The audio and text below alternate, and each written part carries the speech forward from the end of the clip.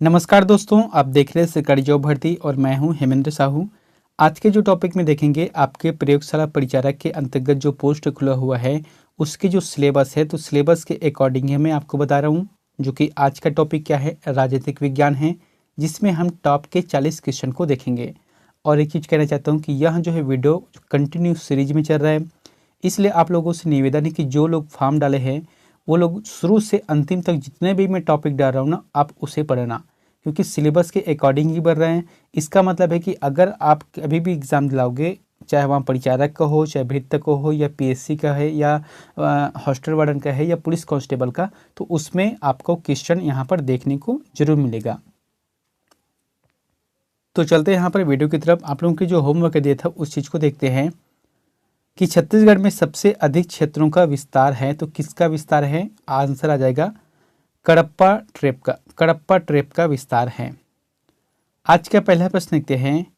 निवेदन ये रहेगा कि अगर आप चैनल पर नए हो तो चैनल को सब्सक्राइब जरूर कर देना और बेल आइकन को जरूर दबा देना, ठीक है। तो पहला प्रश्न क्या है कि संविधान निर्मात्री सभा में झंडा समिति के अध्यक्ष थे। तो देखो, जब भी आप पॉलिटिकल साइंस की पढ़ाई करोगे ना, तो बिना संविधान के वहाँ अधूरा है। संविधान का प्रश्न हमेशा पूछे जाते हैं। संविधान में भाग, अनुच्छेद, धारा, ये संविधान का निर्माण है, इनसे संबंधित हमेशा प्रश्न पूछे जाते हैं, ठीक है। तो पहला प्रश्न क्या है कि संविधान निर्मात्री में झंडा समिति के अध्यक्ष कौन थे, बताना है। ऑप्शन यहाँ पर जो दिया गया है उसमें सही जवाब क्या जाएगा, डॉक्टर राजेंद्र प्रसाद। अब कई लोग बोलेंगे कि सर इसके आंसर तो जेबी कृपलानी रहेगा, तो ऐसा नहीं है। आप एनसीईआरटी के बुक है या एससीईआरटी के बुक है या अपने गूगल में भी सर्च करके देख लेना, इसका जो सही जवाब आ जाएगा झंडा समिति के अध्यक्ष रहेगा, ठीक है। मैं यहाँ पर आपको डाउट क्लियर कर देता हूँ। कुछ ऐसे समितियाँ हैं जो कि आपको याद रखना है, यहाँ से प्रश्न बनते हैं। सबसे पहले क्या है, संचालन समिति। तो संचालन समिति के जो अध्यक्ष बने थे वहाँ डॉक्टर राजेंद्र प्रसाद रहेगा, ठीक है। दूसरा क्या है, संघीय संविधान समिति के जो अध्यक्ष बने थे वहाँ पंडित जवाहरलाल नेहरू बने थे। प्रांतीय संविधान समिति के अध्यक्ष कौन बने थे? सरदार वल्लभ भाई पटेल बने थे। फिर आता है प्रारूप समिति के अध्यक्ष कौन बने थे? तो डॉक्टर भीमराव अंबेडकर, जो कि प्रारूप समिति के अध्यक्ष थे। फिर आते हैं संघ शक्ति समिति, तो इनके अध्यक्ष कौन बने थे? पंडित जवाहरलाल नेहरू बने थे। फिर आते हैं राष्ट्र ध्वज समिति, तदर्थ समिति है ना, सॉरी, राष्ट्र ध्वज संबंधी तदर्थ जो समिति है, इनके अध्यक्ष बने थे डॉक्टर राजेंद्र प्रसाद, और जो कि कुछ आंशिक रूप से सुधार करने के बाद जो देश के झंडे है उस समय अपनाया था। कब अपनाया है? 22 जुलाई 1947 को अपनाया था, ठीक है। और इसी क्रम में एक और है प्रक्रिया नियम समिति का, जो कि डॉक्टर राजेंद्र प्रसाद इनके अध्यक्ष थे। दूसरा प्रश्न है, भारतीय संविधान की उद्देशिका में परिवर्तन किस संशोधन अधिनियम में किए गए थे? तो देखो, उद्देशिका मतलब क्या है? प्रस्तावना या उद्देश्य है। इसमें अभी तक सिर्फ एक ही बार संशोधन हुआ है, उसके बाद अभी तक संशोधन नहीं हुआ है। क्यों नहीं हुआ है?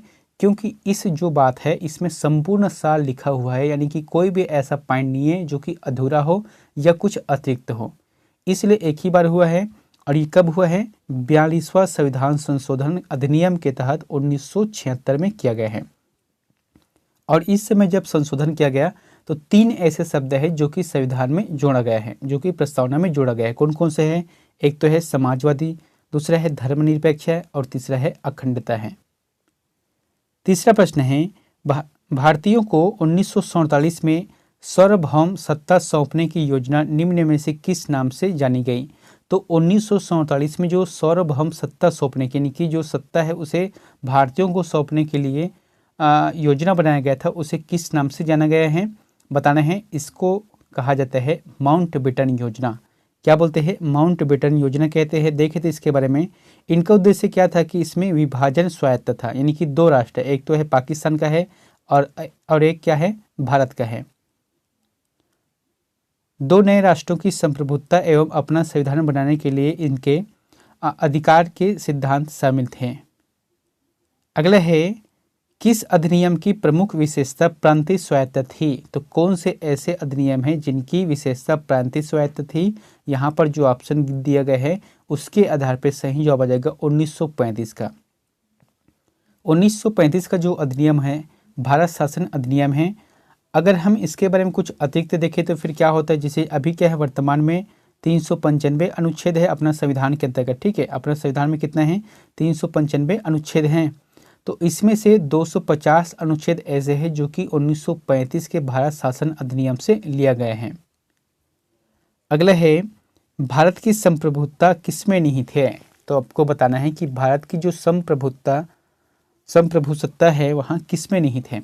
आंसर आ जाएगा जनता की, यानी कि भारत देश की जनता पे। देखो संविधान का जो निर्माण किया गया है ना, वो जनता की मर्जी के ऊपर है, यानी कि जो नेता थे उन्होंने जनता के समक्ष रहकर इन संविधान का निर्माण किया है।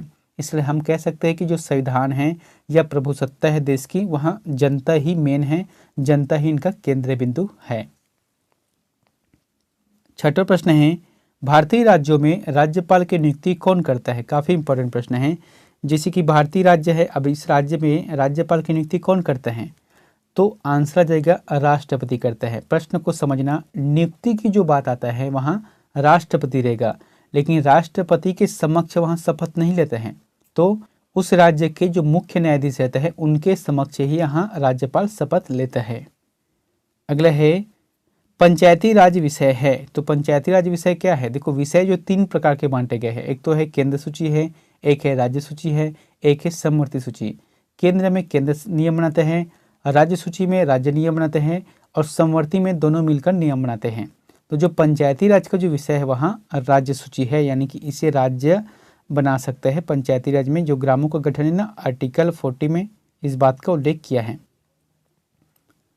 अगले है, सरकारिया आयोग संबंधित है। तो सरकारिया आयोग किससे संबंधित है। यहाँ पर जो ऑप्शन दिया गया उसमें सही जवाब आ जाएगा केंद्र राज्य संबंधों से, ठीक है। केंद्र और राज्य के संबंधों से संबंधित है सरकारिया आयोग। देखे थे इनके बारे में कि जून 1983 में गठित सर्वोच्च न्यायालय के सेवानिवृत्त न्यायाधीश श्री रंजीत सिंह सरकारिया इनके अध्यक्ष थे। कब गठन किया गया है, 9 जून 1983 में गठन किया गया था। इसमें होता क्या है कि जैसे कि कोई 2 राज्य हैं, ठीक है, या केंद्र है और राज्य है, इन दोनों के बीच कुछ भी विवाद रहता है तो इनसे संबंधित जो भी डाउट रहता है तो इनके संबंधों में सुधार के लिए सरकारिया आयोग का गठन किया गया था। अगले है, भारत की किस राज्य विधानसभा में अधिकतम कितने सदस्य हो सकते हैं। ठीक है, यहाँ पर क्या बोलोगे, भारत की किसी राज्य यानी कि देश की कोई भी ऐसा राज्य है जहाँ पर विधानसभा होता ही है, तो उसमें सबसे जैसे कि अधिकतम कितना हो सकता है। सही जवाब क्या जाएगा, 500 रहेगा। ठीक है, 500 जो है अधिकतम रह सकता है। जैसे कि उत्तर प्रदेश है, उत्तर प्रदेश में सबसे ज़्यादा है, लगभग 480 विधानसभा है। ठीक है, तो उसी तरीके से सब अलग अलग है।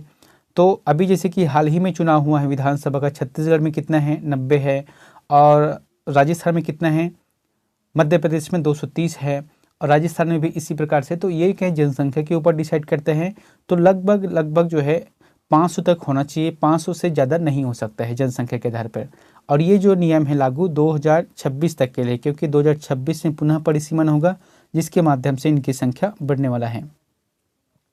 अगले है, निम्न में से किस अधिनियम द्वारा भारत के गवर्नर जनरल को अध्यादेश जारी करने की शक्ति प्रदान की गई। तो भारत के गवर्नर जनरल को अध्यादेश जारी करने की शक्ति प्रदान की गई है, वहाँ किस अधिनियम के तहत है। आंसर जाएगा भारतीय परिषद अधिनियम 1861 की है। देखे थे इनके बारे में, इसी समय विभागीय प्रणाली का प्रारंभ हुआ, लॉर्ड कैनिंग द्वारा किया गया, साथ ही पहली बार गवर्नर जनरल को अध्यादेश जारी करने की शक्ति इसी समय प्रदान किया गया था। अगला है, महारानी विक्टोरिया को भारत की सम्राज्ञी नियुक्त किया गया। आपको बताना है कि महारानी जो विक्टोरिया है उसे भारत की सम्राज्ञी यानी कि महारानी कब नियुक्त किया गया है। सही जवाब क्या जाएगा इनका, 1876 रहेगा। ठीक, यहाँ पर थोड़ा मिस्टेक हो गया है, सुधार लेना। ये जो है 1858 नहीं रहेगा, दरअसल 1876 रहेगा। देखो मैंने यहाँ पर लिखा भी है कि 1 मई 1876 को भारत की महारानी के रूप में इसे बनाया गया है, इनका नियुक्त किया गया है। ठीक है, इनसे पहले जो है महारानी विक्टोरिया जैसे कि यूनाइटेड किंगडम है, ब्रिटेन है, आयरलैंड की महारानी थी, लेकिन अतिरिक्त प्रभार देते हुए इसे भारत देश का महारानी घोषित किया गया था। अगला है, संविधान सभा का पहला सत्र हुआ था। तो मैंने बताया भी था कि संविधान सभा का जो पहला सत्र है वहाँ 9 दिसंबर 1946 को चला है, ये पहला सत्र है। और दूसरा सत्र जो कि 11 दिसंबर 1946 को चला है। महत्वपूर्ण जानकारी क्या है कि इस सभा का अस्थायी अध्यक्ष सच्चिदानंद सिन्हा को नियुक्त किया गया था। स्थायी अध्यक्ष कब बने थे? ये जो है 11 दिसंबर को बने थे डॉक्टर राजेंद्र प्रसाद। अगले है, भारत में लौकिक सार्वभौमिकता है क्योंकि संविधान की प्रस्तावना प्रारंभ होती है। तो संविधान की प्रस्तावना प्रारंभ होती है जिससे पता चलता है कि भारत जो है लौकिक सार्वभौमिकता है। तो आंसर आ जाएगा हम भारत के लोग से। ठीक है, ये हम भारत के लोग मतलब क्या है? भारत के जितने भी नागरिक है उसे रिप्रेजेंट करता है। संविधान का प्रस्तावना का पहला शब्द जिसमें देश की संपूर्ण सत्ता भारत के लोगों में निहित है, इस बात को स्वीकारा है। अगला है, भारतीय संविधान को संविधान सभा द्वारा अंगीकृत किया गया। तो भारतीय संविधान को संविधान सभा द्वारा अंगीकृत किया गया, कब किया गया है? यानी कि उसे स्वीकार किया गया है।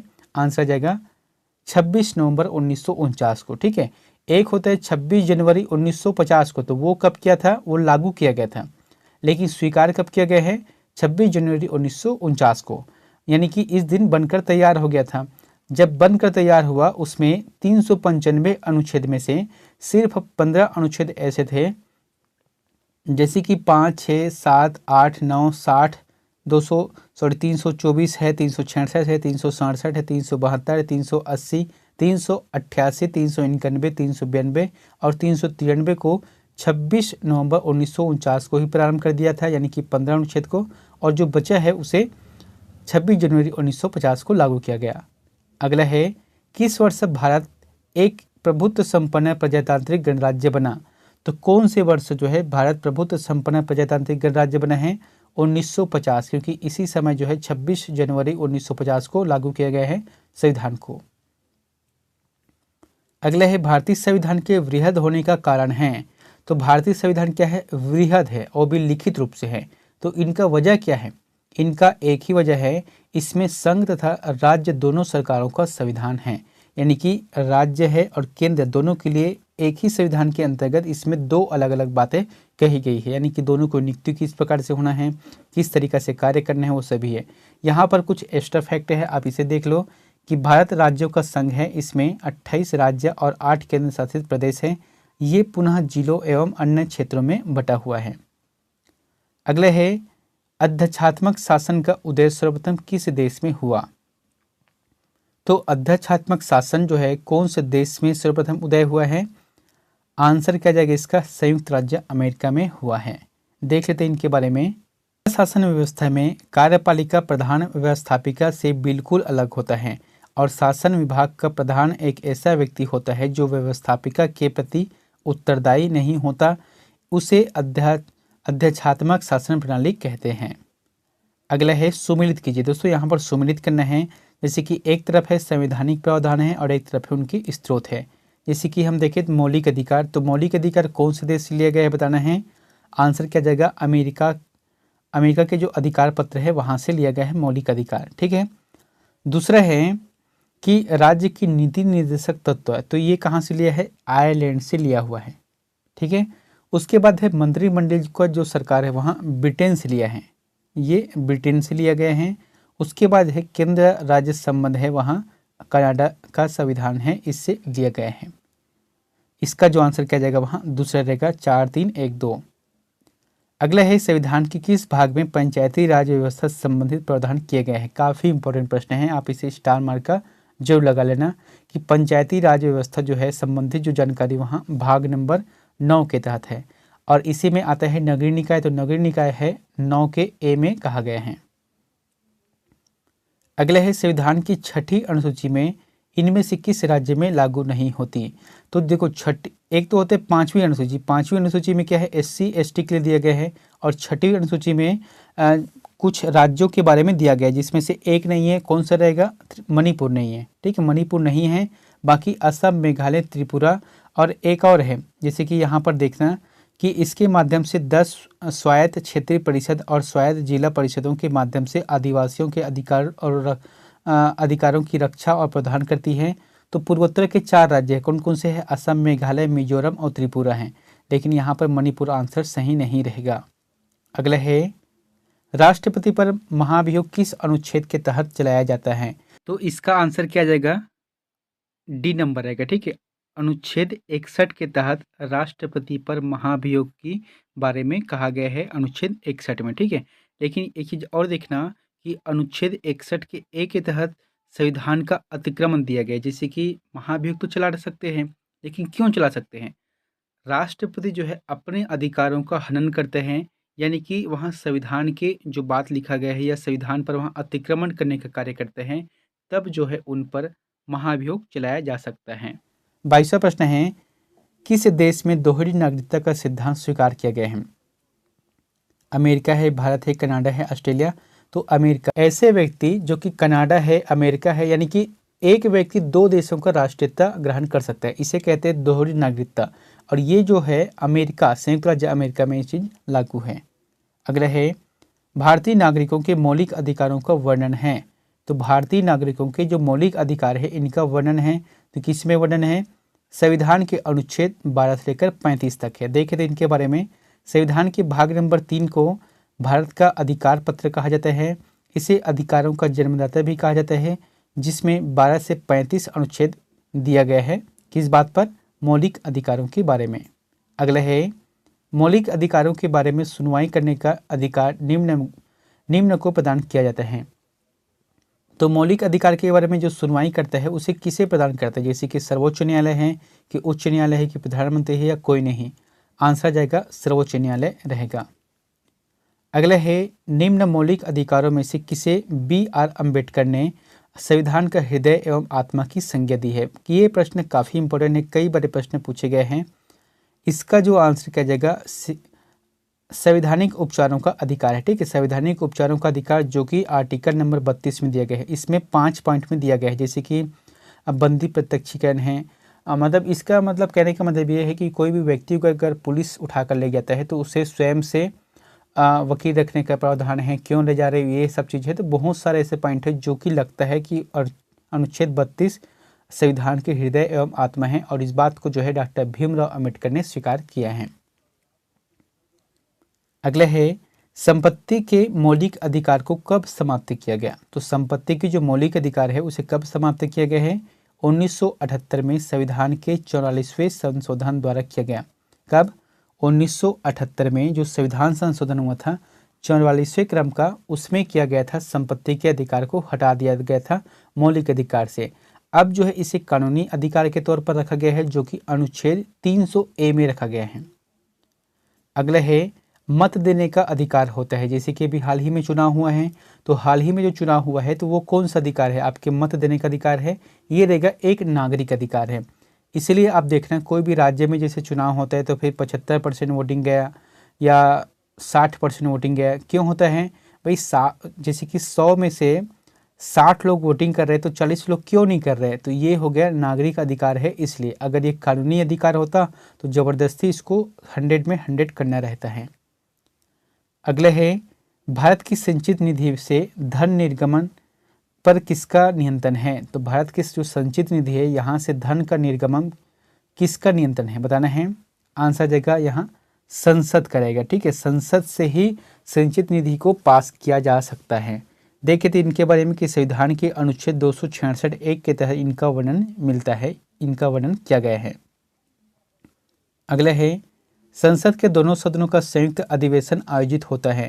तो देखो, जो संसद का संयुक्त अधिवेशन रहते हैं इसमें आयोजित होता है, क्यों होता है? यहाँ पर पहले प्रश्न को समझना। क्या बोला गया है कि भारत के राष्ट्रपति के निर्वाचन के लिए, दूसरा है कि भारत के उपराष्ट्रपति के निर्वाचन के लिए, तीसरा है संविधान की संशोधन से संबंधित विधेयक को पारित करने के लिए, और चौथा है कि एक ऐसे विधेयक पर विचार करने और उसे पारित करने के लिए जिस पर दोनों सदन में मतभेद हो। तो आंसर क्या जाएगा इनका? डी नंबर रहेगा। ठीक है, यानी कि जो चौथा ऑप्शन है बिल्कुल सही रहेगा, बाकी नहीं है। मतलब होता क्या है, ये संयुक्त अधिवेशन 108 के तहत होता है आर्टिकल, जिसमें लोकसभा है और राज्यसभा एक ही सदन में बैठकर कुछ नियम को फैसला करते हैं, क्योंकि इसमें दोनों का विचार मतभेद रहते हैं, तब जाके दोनों को एक साथ लाने का प्रयास करते हैं, राष्ट्रपति से आहूत करते हैं। अगला है, सदस्य की सदस्यता तब समाप्त समझी जाती है यदि वह बिना सदन को सूचित किए अनुपस्थित रहता है। ठीक है, जैसे कि आप संसद में सदस्य हो, चाहे विधानसभा हो, चाहे लोकसभा हो, चाहे राज्यसभा हो, लेकिन अगर कार्यवाही चल रहा है और आप लगातार 60 दिनों तक आप अनुपस्थित रहते हैं, वो भी बिना बताए, तब फिर जाकर संसद का जो सदस्य है वो अपनी सदस्यता खो सकता है। अगले है, भारत के उपराष्ट्रपति के निर्वाचन से संबंधित विवाद को कौन तय करते हैं? तो अगर उपराष्ट्रपति हो या राष्ट्रपति हो, इसमें अगर विवाद होता है तो ये सर्वोच्च न्यायालय के पास जाता है। अगले है, हमारे संविधान के अनुसार राज्यसभा का कार्यकाल, आपको बताने कि राज्यसभा का जो कार्यकाल वहाँ कितना होता है?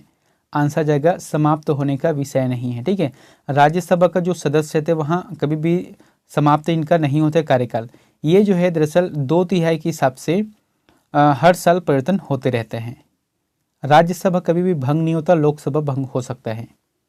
अगला है, लोकसभा का चुनाव लड़ने के लिए इच्छुक व्यक्ति की न्यूनतम आयु होनी चाहिए। अगर कोई व्यक्ति लोकसभा का चुनाव लड़ना चाहते हैं तो इनके लिए क्या है आयु सीमा?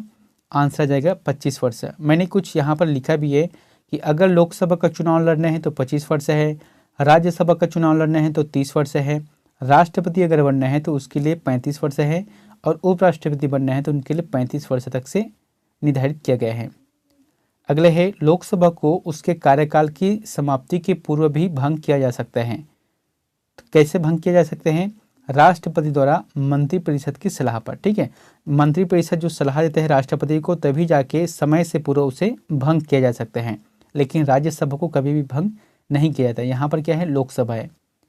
अगले है, सामूहिक रूप से मंत्रिपरिषद किसके प्रति उत्तरदायी होता है? बताना है कि सामूहिक रूप से मंत्रिपरिषद किसके प्रति उत्तरदायी होता है? लोकसभा के यहाँ प्रति उत्तरदायी होता है। अगला है, राजनीतिक शब्दावली में शून्यकाल का अर्थ है। काफी इंपॉर्टेंट है। देखो, शून्यकाल हम सभी जानते हैं, इसका मतलब क्या होता है? प्रश्न उत्तर सत्र होता है। प्रश्न उत्तर सत्र ये कब होता है? इस चीज को देखते हैं। शून्यकाल वहाँ समय होता है जब संसद तत्काल सार्वजनिक महत्व के मुद्दे उठा सकते हैं, जैसे कि अचानक से कुछ हो गया देश में, तो उसके महत्व को देखते हुए मुद्दे को उठाते हैं। इसे 0 घंटा या शून्यकाल भी कहा जाता है। शून्यकाल का जो समय रहता है वहाँ प्रश्नकाल के तुरंत बाद, अर्थात दोपहर के 12 बजे से 1 बजे तक का समय को कहा गया है। अगला है, एक गैर सदस्य के रूप में संसद के किसी एक सदन की कार्यवाही में भाग ले सकता है। तो एक गैर सदस्य के रूप में संसद के किसी भी एक सदन में कार्यवाही के लिए भाग ले सकता है। आंसर आ जाएगा इसमें महान्यायवादी। ये महान्यायवादी जो है भाग ले सकता है, लेकिन कभी कभी क्या होता है, अगर वोटिंग होता है तो उसमें वहाँ भाग नहीं लेता है। अगला है, सर्वोच्च न्यायालय में न्यायाधीश नियुक्ति होने के लिए व्यक्ति को कम से कम कितने वर्ष उच्च न्यायालय का एडवोकेट होना चाहिए? अगर कोई व्यक्ति चाहता है कि उसे सर्वोच्च न्यायालय का मुख्य न्यायाधीश बनना है या न्यायाधीश बनना है, तो उसके लिए कोई भी व्यक्ति है उसे उच्च न्यायालय का एडवोकेट होना चाहिए। वो भी कितने वर्ष का? 10 वर्षों का होना चाहिए। ठीक है, और साथ ही साथ उसे कानून का ज्ञान होना चाहिए और राष्ट्रपति की नज़र उन पर भी होनी चाहिए। अगला है, राज्यपाल के पद पर नियुक्ति की न्यूनतम उम्र सीमा है। तो अभी बताया था राष्ट्रपति उपराष्ट्रपति है, अब यहाँ पर क्या है? राज्यपाल है, तो इसके लिए भी क्या है? 35 वर्ष है। 35 वर्ष इसके लिए भी अनिवार्य है। दोस्तों, अब अंतिम प्रश्न आप लोगों के लिए होमवर्क है, तो इसका आंसर प्लीज़ हमें कमेंट बॉक्स पर जाकर जरूर बताएं। प्रश्न क्या है कि भारत के प्रथम उपराष्ट्रपति थे, तो भारत के प्रथम उपराष्ट्रपति कौन थे? बताना है। डॉक्टर एस राधाकृष्णन हैं कि डॉक्टर जाकिर हुसैन हैं कि गोपाल स्वरूप गिरी है या ज्ञानी जैल सिंह हैं? इन चारों में से जो भी ऑप्शन आपको सही लगता है तो प्लीज़ हमें कमेंट बॉक्स पर जाकर जरूर बताएं। मिलते हैं नेक्स्ट वीडियो में एक नई जानकारी के साथ। Thank you.